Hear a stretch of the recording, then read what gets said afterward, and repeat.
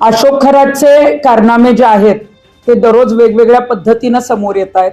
आपण जर बघितलं तर यावेळी 17 मार्च 2026 ला गुन्हा दाखल झाला आणि 17 ला मध्यरात्री म्हणजेच 18 तारखेला जी आहे ती त्याला अटक झाली. परंतु याच्या आधी जर बघितलं तर दरवेळी IPS अधिकारी, IAS अधिकारी आणि राजकारण्यांनी त्याला पाठीशी घालण्याचा प्रयत्न केला आणि म्हणूनच आजपर्यंत त्याला कुणी अटक केली नाही, त्याच्या विरोधात कोणी बोललं नाही आणि विरोधात कोणी बोललं तर जे आहे ते त्यांनाच धमक्या दिल्या जायच्या.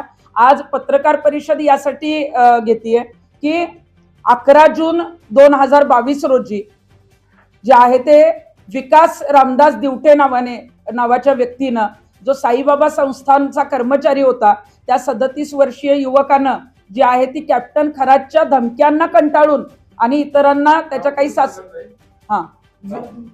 विकास रामदास दिवटे या 37 वर्षीय युवकाने जी आहे ती कॅप्टन खरात आणि त्याच्या काही सासरचे लोक या लोकांच्या धमक्यांना आणि छळाला कंटाळून आत्महत्या केली. 11 जून 2022 ला हा गुन्हा दाखल आहे. आत्महत्या जी आहे ती 9 जून रोजी झालेली होती, परंतु कॅप्टन खरातचं नाव त्याच्या सुसाईड नोटमध्ये असल्यामुळं आणि कॉल रेकॉर्डिंग जे आहेत, कॅप्टन अशोक खरात जो आहे त्यांनी मोबाईलमध्ये ज्या ज्या धमक्या दिल्या त्याचे कॉल रेकॉर्डिंग सुद्धा जे आहे ते विकास दिवटेने सेव्ह करून ठेवलेले होते.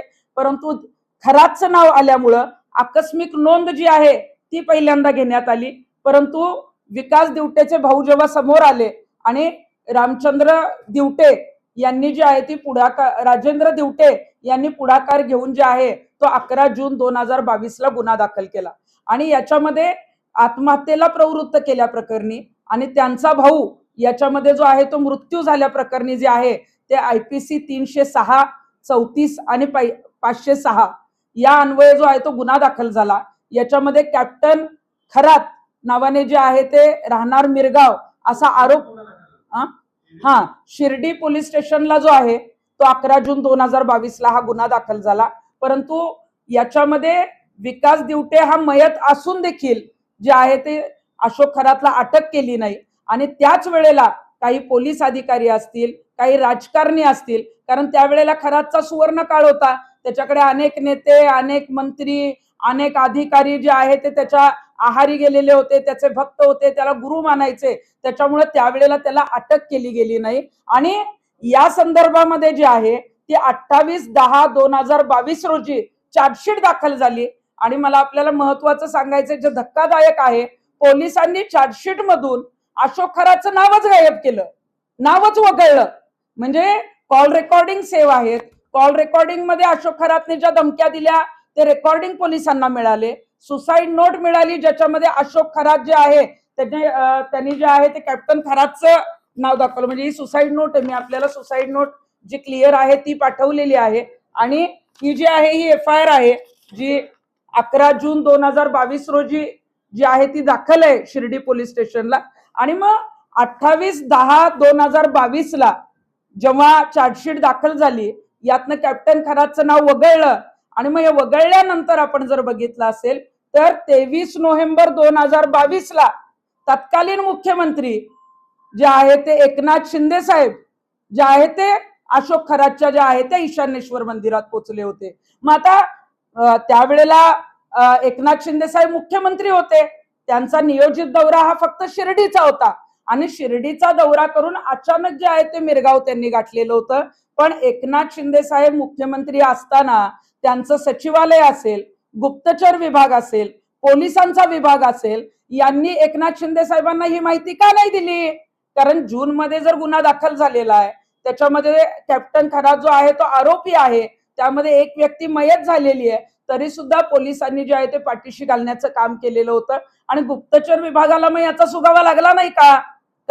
गुप्तचर विभाग असेल, मुख्यमंत्र्यांचं सचिवालय असेल, या सगळ्यांना किंवा IPS अधिकाऱ्यांना खरातचं वर्चस्व अजून वाढवायचं होतं म्हणून ते मुख्यमंत्र्यांना तिथं घेऊन गेले का आणि मुख्यमंत्र्यांच्या हस्ते तिथं पूजा करण्यात आली का? या विकास दिवटेला न्याय मिळणं गरजेचं आहे. त्यावेळेला शिर्डी पोलीस स्टेशनला गुलाबराव पाटील म्हणून जे आहेत ते PI होते आणि तिथल्या भागाचे जे IG आहेत ते BG शेखर म्हणून होते. मग एवढे मोठे अधिकारी असून सुद्धा जे आहे ते चार्जशीट मधनं खरातचं नाव वगळलं जातं.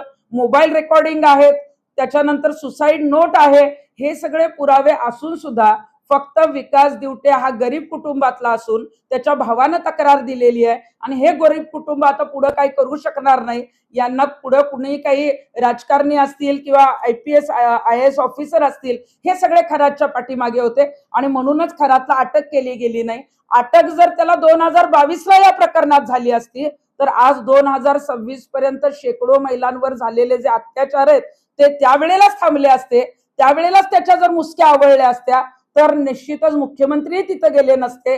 अनेक जे आहेत ते आपण बघितलं असेल की ज्या दिवशी एकनाथ शिंदे साहेबांचा 23 नोव्हेंबर 2022ला मिरगावला अचानक दौरा झाला त्यावेळेला प्रोटोकॉल मध्ये अनेक मंत्री होते, मग त्यातले नगरचेही राधाकृष्ण विखे पाटील असतील, अनेक वेगवेगळे अधिकारी असतील, ह्या सगळ्यांना याची कल्पना होती ना, मग मुख्यमंत्र्यांच्या कानावर का घातलं नाही, मुख्यमंत्र्यांना हे का सांगण्यात आलं नाही?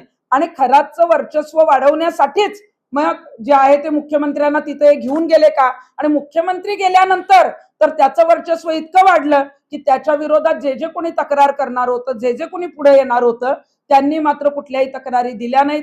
कारण त्यावेळेला मग मंत्र्यांचे फोन यायचे, पोलिसांचे फोन यायचे, राजकीय नेत्यांचे फोन यायचे आणि दबाव आणला जायचा आणि धमकी आणला जायचा. त्यामुळे आमचं म्हणणं आहे की ही जी केस आहे 11 जून 2022 रोजी शिर्डी पोलीस स्टेशनला गुन्हा दाखल जो झालेला आहे, तो दाखल झालेल्या गुन्ह्याची जी आहे ते फेर चौकशी करण्यात यावी आणि विकास दिवटे जो याच्यामध्ये मृत पावलेला आहे, ज्याला अशोक खरातने धमक्या दिलेल्या आहेत, त्याचे कॉल रेकॉर्डिंग पोलिसांकडे जे आहेत ते पुरावे म्हणून आहेत.